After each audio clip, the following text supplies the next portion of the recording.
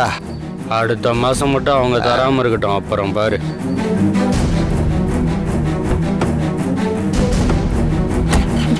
அம்மா சக்தி, ரொம்ப நன்றிம்மா. பரவாயில்லம்மா. ஏம்மா இப்படிலாம் பேசுன? நீ சாதாரணமா நினைக்கிற மாதிரிலாம் இந்த குமாரசாமி கிடையாதுமா. இவன் கெட்டவன் கூட இல்லம்மா, 1 நம்பர் கேடு கெட்டவன். மனுஷனா பிறக்கிறதுக்கு தகுதியே இல்லாத ஒரு ஈன பிறவிமா அவன். கடைசியா நம்ம 3வது தெருவில் இருக்கிற அந்த பொண்ணு தானோ, அவ வாங்கின பணத்துக்கு வட்டி கொடுக்கலன்னு அந்த பிள்ளையோட குழந்தைய ஸ்கூலுக்கு போயிட்டு திரும்ப வரும்போது அவனோட அடியாட்கள்லாம் வந்து தூக்கிட்டு போயிட்டானுங்கம்மா. அவனுக்கு மேல் இடத்துல பெரிய செல்வாக்கு இருக்குமா. அவனை மாதிரி ஆட்கள் எல்லாம் எவ்வளோ அயோக்கியத்தனம் பண்ணாலும் தட்டி கேட்கறதுக்கு யாருமே இல்லைம்மா. அதையும் மீறி யாராவது தட்டி கேட்டா அம்மாடி அவங்கள இவன் உயிரோட விட்டு வச்சதும் இல்லம்மா. அதனாலதான் நீ பேசும்போது நான் உன்னை தடுத்தம்மா. இவனை மாதிரி ஆளுங்க கிட்டலாம் பயந்து பயந்து உயிர் வாழ்றதை விட என்ன நடந்தாலும் பாத்துக்கலான்னு இறங்கி ஒரு கை பாத்துறணும். அதனால உயிரே போனாலும் கவலை இல்லப்பா. நீ சொல்றதும் சரிதாம்மா. ஆனா என்ன பண்றது, நான் பொம்பளை பிள்ளைகளை பெத்து வச்சிருக்கேனேம்மா. அதனால சில நேரத்துல சில இடங்கள்ல ரொம்ப பொறுமையா தானமா போகணும். பொறுமையா போறது தப்பு கிடையாதுப்பா. ஆனா எல்லா பொறுமைக்கும் ஒரு எல்லை இருக்கு. நான் உங்ககிட்ட ஒண்ணு கேக்குறேன். இந்த மாதிரி பொறுக்கிய பெத்தவங்களே இந்த உலகத்துல தலை நிமிர்ந்து நடக்கிறப்ப பொம்பளை பிள்ளைங்களை பெத்த நீங்க எதுக்காக தலை குனிஞ்சு நடக்கணும்? பொம்பளை பிள்ளைங்களுக்கு தைரியத்தையும் ஆம்பளை பிள்ளைங்களுக்கு ஒழுக்கத்தையும் சொல்லி கொடுத்து வளர்க்கணும். அதனால இன்னொரு முறை பொம்பளை பிள்ளைய வச்சிருக்கோன்னு கூனி குறுகி சொல்லாம கம்பீரமா தைரியமா சொல்லுங்க. இன்னும் 1 மாசத்துக்குள்ள நம்ம வாங்கின பணத்தை வட்டியும் முதலமா திருப்பி கொடுக்கறப்போ அந்த குமாரசாமியை நான் என்ன பண்றேன்னு மட்டும் பாருங்க.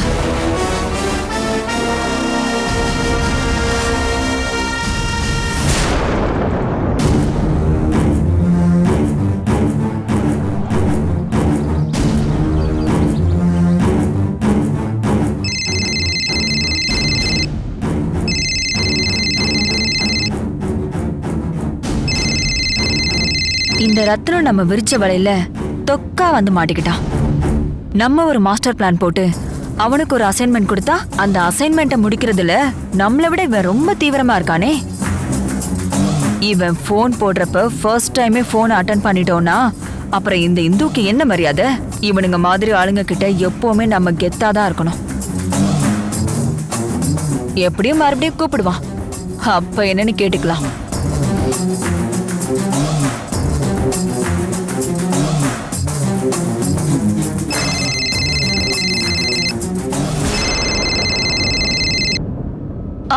சொல்லு ரத்னம், கொடுத்த அசைன்மெண்டோட ஸ்டேட்டஸ் இப்ப என்ன நிலைமையில இருக்கு? அம்மா, நீங்க சொன்ன மாதிரியே சாலக்குடி சித்ராட்ட சொல்லி சாப்பாட்டுல விஷத்தை கலந்து அந்த திவ்யாக்கு கொடுத்தாச்சுமா. அந்த சாப்பாடை சாப்பிட்ட உடனே அதோட திவ்யா கதை முடிஞ்சிடும்மா. சரி ரத்னம், நான் கொடுத்த அசைன்மெண்ட்டை முழுசா முடிச்சுட்டு அதுக்கப்புறமா எனக்கு கால் பண்ணி என்ன தகவல்னு சொல்லு. சரிங்கம்மா.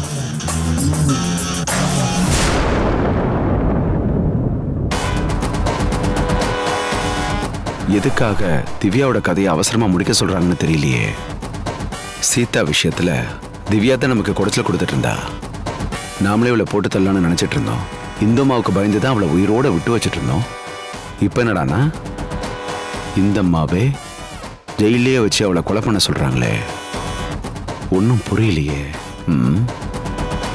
ரொம்ப யோசிச்சோம்னா நிம்மதி போயிடும்.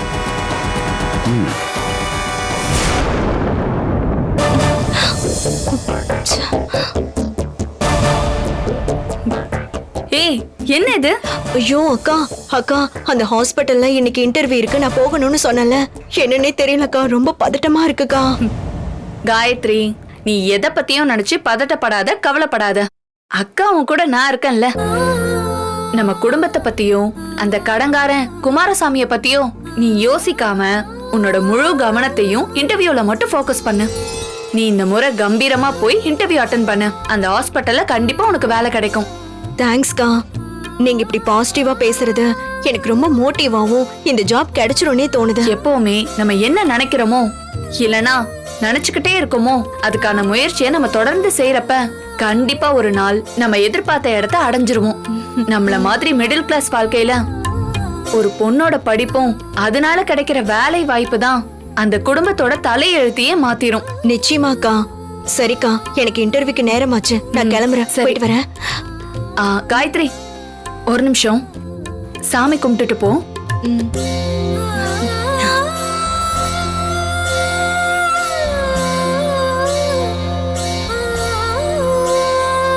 கடவுளே, எல்லா இக்கட்டான சூழ்நிலையிலயும் நான் இந்த உலகத்துல உன்னை தவிர வேற யாரையும் நான் நம்பினதில்ல. எப்படியாவது இந்த இன்டர்வியூல என்னோட தங்கச்சி செலக்ட் ஆயிடணும்.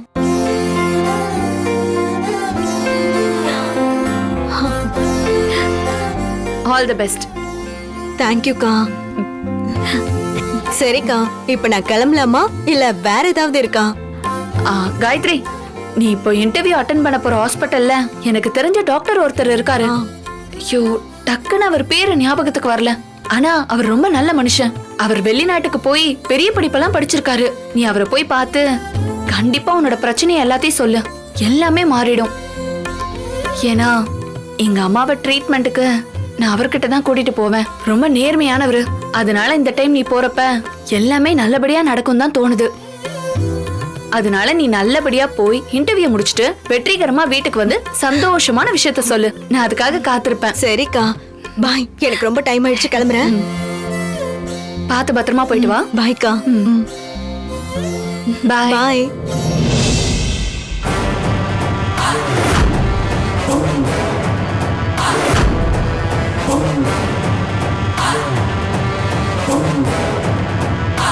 அக்கா,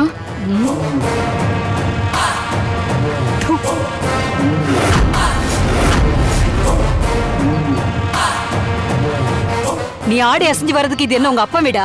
எவ்வளவு நேரம் உனக்காக நான் வெயிட் பண்றது? இன்னும் கொஞ்சம் லேட் ஆகி டென்ஷன் என் மண்டையில ஏறிச்சுனா இப்ப கீழே துப்புனல பிளேடு, அதை அப்படியே மென்னு உன் மூஞ்சில துப்பிருப்பேன். இந்த ஜெயில நீ உயிரோட இருக்கணும்னா நான் சொல்ற காரியத்தை யாருக்கும் எந்த சந்தேகமும் வராம கரெக்டா செஞ்சு முடிச்சிடு. இல்லைன்னா நான் உன்னை செஞ்சிருவேன். என்ன?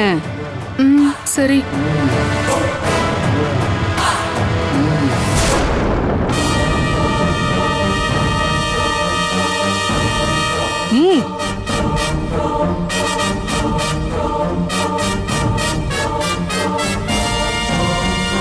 இப்போ நான் உன் கையில கொடுத்துருக்கிறது முகத்துல பூசுற பவுடர் இல்ல, ஒரேடியா மேல போய் சேர்றதுக்கு வாய்க்கரிசி போடுற பவுடரு. உனக்கு புரியுற மாதிரி சொல்லணும்னா கலப்படமே இல்லாத விஷயம். நீங்க என்ன சொல்றீங்க? அடிச்சி, நான் என்ன உனக்கு கழுத்து இருக்கவா சொன்னேன்? இப்படி பயப்படுற?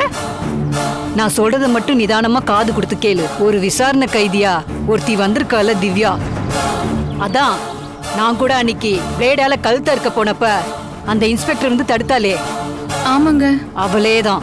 அவளை கொல்றதுக்கு தான் இந்த விஷ பவுடரை உன்கிட்ட கொடுத்துருக்கேன். எல்லாரும் வரிசையில வந்து சாப்பிட வரப்ப அந்த திவ்யாவும் வருவா. அப்ப நீ எதுவும் பண்ண வேண்டாம், சாப்பாடு போய் வாங்குவா. அப்பவும் நீ எதுவும் பண்ண வேண்டாம். அவ சாப்பாடு வாங்கிட்டு வரும்போது வேணும்னே நான் சாப்பாடை தள்ளி விட்டு அவ கவனத்தை திசை திருப்புறதுக்காக நான் அவ கூட சண்டை போடுற மூட்லயே பேசிட்டு இருப்பேன். அந்த டைம்ல நீ வேற ஒரு தட்டை எடுத்துட்டு போய் உனக்கு வாங்கினது போக எக்ஸ்ட்ரா சாப்பாடை வாங்கிட்டு வா. அந்த எக்ஸ்ட்ரா வாங்கின சாப்பாட்டுல இந்த பவுடரை தூவி விட்டுரு. இந்த பவுடர்ல எந்த ஸ்மெல்லும் வராது, எந்த டேஸ்டும் தெரியாது. சாப்பாட்டுல தூவின அடுத்த செகண்டே இது நல்லா கரைஞ்சி அதோட விஷம் தட்டு முழுக்க பரவிடும். அதுக்கப்புறம் நீ கொஞ்சம் சென்டிமெண்டா பேசி இந்த விஷம் கலந்த சாப்பாட்டை அந்த திவ்யா கிட்ட கொடுத்து என்னை பத்தி அவகிட்ட தப்பா சொல்லி இந்த சாப்பாட்டை சாப்பிடுமா, அப்பதான் உன் உடம்புக்கு நல்லதுன்னு சொல்லி அவகிட்ட ஒப்படைக்க வேண்டியது உன் பொறுப்பு. இதை ஒப்படைச்சதுக்கு அப்புறமா நடக்க போற சம்பவத்துக்கும் விபரீதத்துக்கும் எல்லாத்துக்குமே இந்த சாலப்புடி சித்ரா தான் பொறுப்பு. நான் போட்ட ஸ்கெட்சு இது வரைக்கும் எதுவும் மிஸ் ஆனதே இல்லை. இதுவும் அதே மாதிரி மிஸ் ஆயிடக்கூடாது. புரியுதா? சரிக்கா. பா, முதல்ல சொன்னதை செஞ்சு முடி.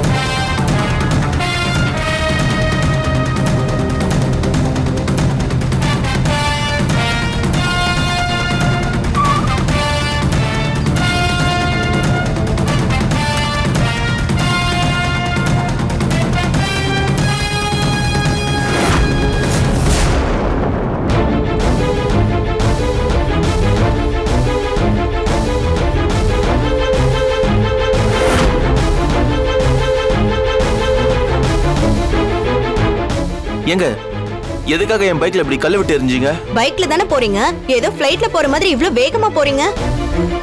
நான் இன்டர்வியூக்கு போயிட்டு இருக்கேன், என் மேல இப்படி சகதி அடிச்சிட்டு நின்னு சாரி கூட கேட்காம நீங்க பாட்டுக்கு போயிட்டு இருக்கீங்க. கல்லு விட்டு எரியாம வேற என்ன பண்ண சொல்றீங்க? அது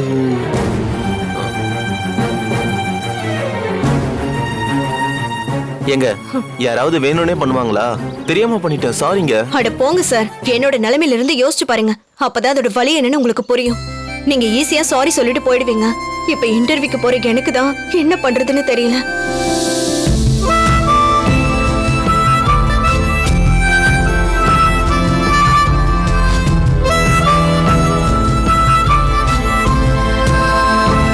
ஒரே நிமிஷம் இருங்க.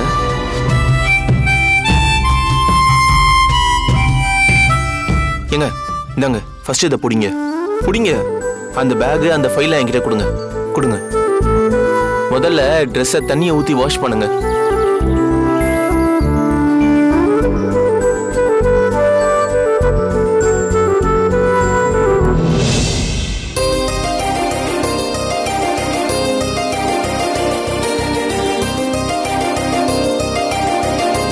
போதுமா சார்?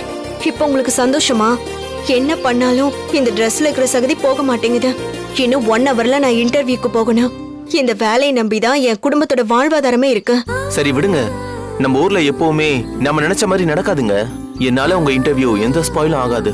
இங்க பக்கத்துல இருக்கிற ஏதாவது ஒரு கடையில நம்ம ஒரு ட்ரெஸ்ஸை பர்ச்சேஸ் பண்ணிட்டு அங்கேயே ட்ரெஸ் சேஞ்சும் பண்ணிட்டு ஒரு ஆட்டோ பிடிச்சு நேரா இன்டர்வியூக்கு போனீங்கன்னா நீங்க கரெக்டா டைம்க்கு போன மாதிரி இருக்கும்ல. எதுக்காக அதுக்கு போய் இவ்வளவு டென்ஷன் ஆகுறீங்க? எது புது ட்ரெஸ் ஆட்டோவா? ஏன் சார், கொஞ்சமாவது நீங்க மனசாட்சியோட பேசுறீங்களா? ஆட்டோல போற அளவுக்கு வசதி இருந்தா நான் எதுக்காக சார் இப்படி நடந்து போயிட்டு இருக்க போறேன்? இந்த மாதிரி இன்டர்வியூ போறப்போ என் வீட்ல ஒரு 50 ரூபாய் கொடுக்கறதே பெரிய விஷயம். என் குடும்பம் இருக்கிற நிலைமை புரியாம போய் ட்ரெஸ் பண்ணு ஆட்டோல போன்னு ஈஸியா சொல்றீங்க. பணத்தோட வேல்யூ தெரியாத உங்களை மாதிரி பணக்கார பசங்களுக்கு எங்களோட ஃபீலிங்ஸ் எல்லாம் புரியாது சார். ஏங்க ஒரு நிமிஷம் என் கூட பைக்ல வாங்குங்க. என்னது, உங்க கூட பைக்ல வரணுமா? முன்ன பின்ன தெரியாத உங்க கூட நான் எதுக்குங்க பைக்ல வரணும்? ஏங்க நான் பண்ண தப்புக்கு நானே ஏதாவது பரிகாரம் பண்ணணும்னு நினைக்கிறேன். நீங்க பேசுற பேச்சு எனக்கு ரொம்ப கில்ட்டியா இருக்குங்க. இப்போ என்ன சொல்ல வரீங்க? அடுத்த 1 ஹவருக்கு என்ன உங்க டிரைவரா மட்டும் நினைச்சு பயப்படாம என் கூட வண்டியில வாங்க. நானே உங்களுக்கு பக்கத்துல ட்ரெஸ் வாங்கி கொடுத்து உங்களோட கரெக்டான இன்டர்வியூ டைமுக்கு 10 நிமிஷத்துக்கு முன்னாடியே ஏதாவது ஒரு ஷார்ட் ரூட்டை பிடிச்சி கூட நீங்க சொல்ற இடத்துல போய் நான் விடுறேங்க. ப்ளீஸ்ங்க, இதுக்கு மேல கேள்வியா கேட்காம ப்ளீஸ் பைக்ல ஏறி உட்காருங்க, போலாம். பார்த்தா ரொம்ப நல்லவர் மாதிரி தான் தெரியறாரு. இப்போதைக்கு இவர் சொல்ற ஒரே ஒரு ஆப்ஷன் மட்டும்தான் எனக்கு இருக்கு, வேற வழி இல்ல.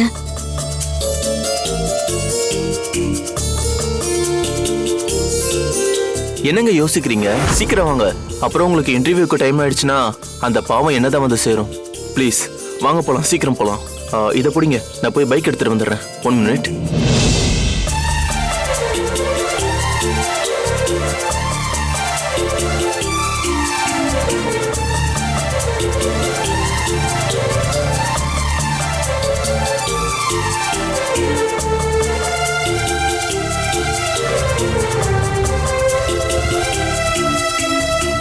ஏறுங்க, என்ன யோசிச்சுட்டு இருக்கீங்க? வாங்க போலாம்.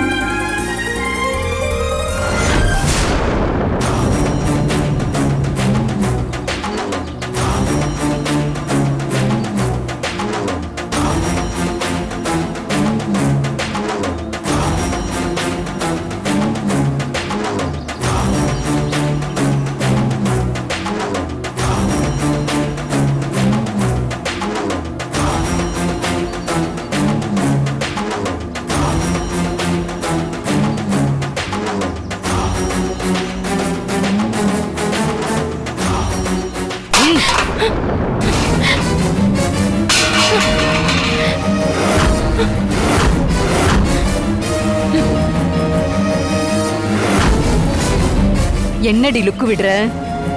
அன்னைக்கே உன் கழுத்து அறுத்திருப்பேன். ஏதோ அந்த இன்ஸ்பெக்டர் வந்த உன் நல்ல நேரம் நீ உயிர் பொழைச்சு நிக்கிற. இங்க இருக்கிற எல்லாருமே என்னை பார்த்தா பயந்து ஒதுங்கி போவாங்க. ஆனா நீ ஒருத்தி மட்டும்தான் என்னை பார்த்து முறைச்சிக்கிட்டு நேருக்கு நேரா நிக்கிற. ஓடி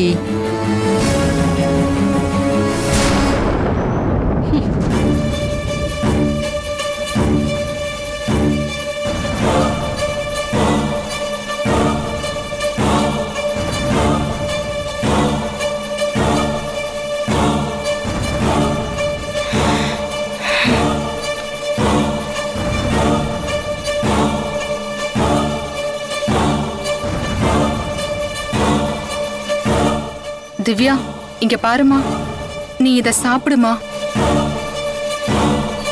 இல்ல, எனக்கு வேண்டாம்.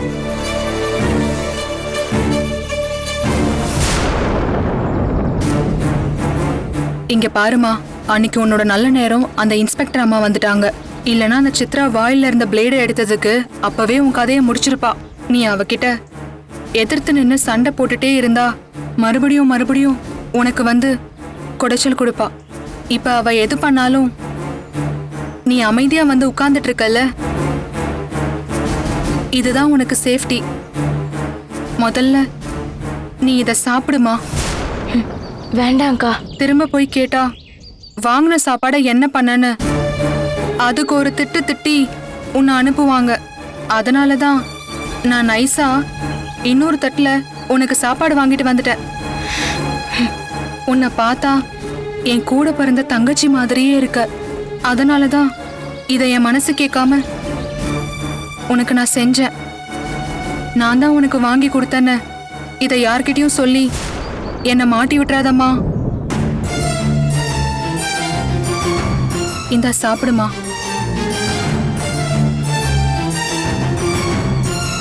தேங்க்ஸ்க்கா.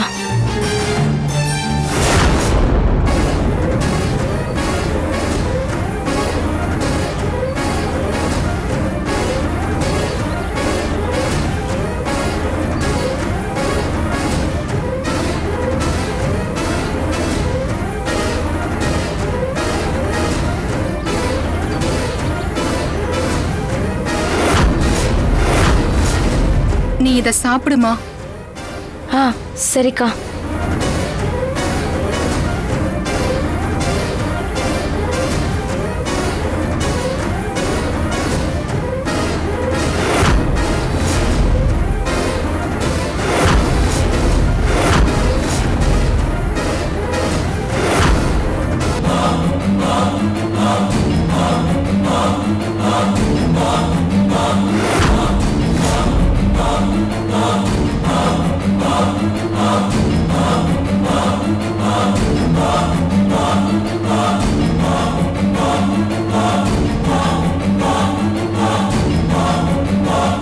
திவ்யா,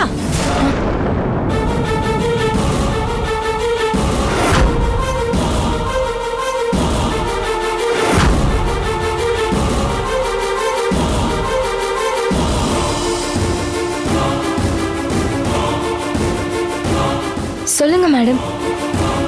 திவ்யா, நீ இந்த சாப்பாடை சாப்பிட்டியா? இல்ல மேடம். இப்பதான் ஒரு வாய் சாப்பிடலான்னு வாயில எடுத்து வைக்க போனேன். அதுக்குள்ள நீங்க வந்துட்டீங்க. Oh my god. இந்த சாப்பாடை என்கிட்ட கொடு. என்ன மேடம், என்னாச்சு? நீ சாப்பிட போற இந்த சாப்பாட்டுல விஷம் கலந்துருக்கு.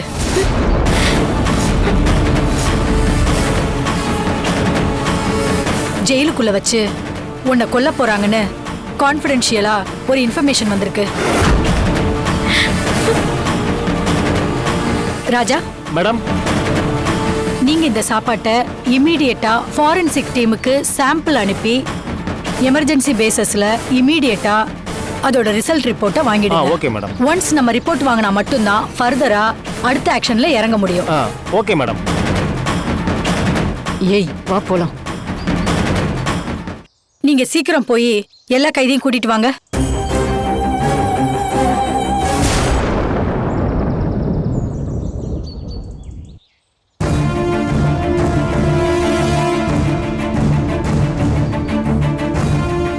மனுஷனா பிறந்தா கொஞ்சமாவது மானம் இருக்கணும். அதுவும் இல்லன்னு வச்சுக்கோ, தன்மானமாவது இருக்கணும்.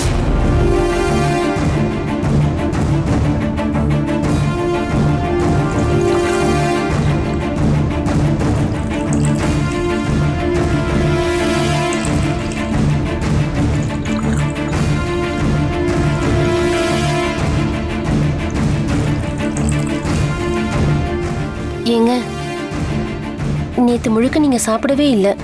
அந்த குமாரசாமி வந்து போனதுக்கு அப்புறம் ஒரு டீ காஃபி கூட நீங்க குடிக்கல. நீங்களே இப்படி உடைஞ்சு போய் உட்காந்துட்டீங்கன்னா அப்புறம் எப்படி எங்களால நார்மலா இருக்க முடியும்? முதல்ல இந்த டீ குடிங்க. அம்மா குடிங்க. அப்பா, அம்மா சொல்றது கரெக்ட் தானே? முதல்ல நீங்க டீயை குடிங்க.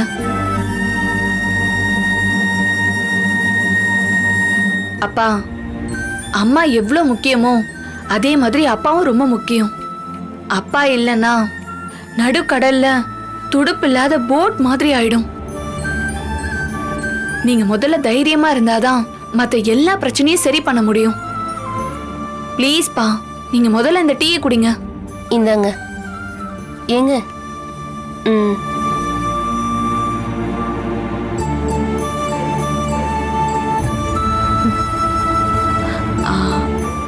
அப்பா, எனக்கு ஒரு ஐடியா தோணுது.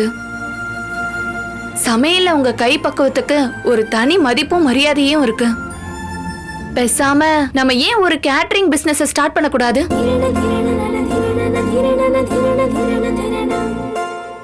Thank you.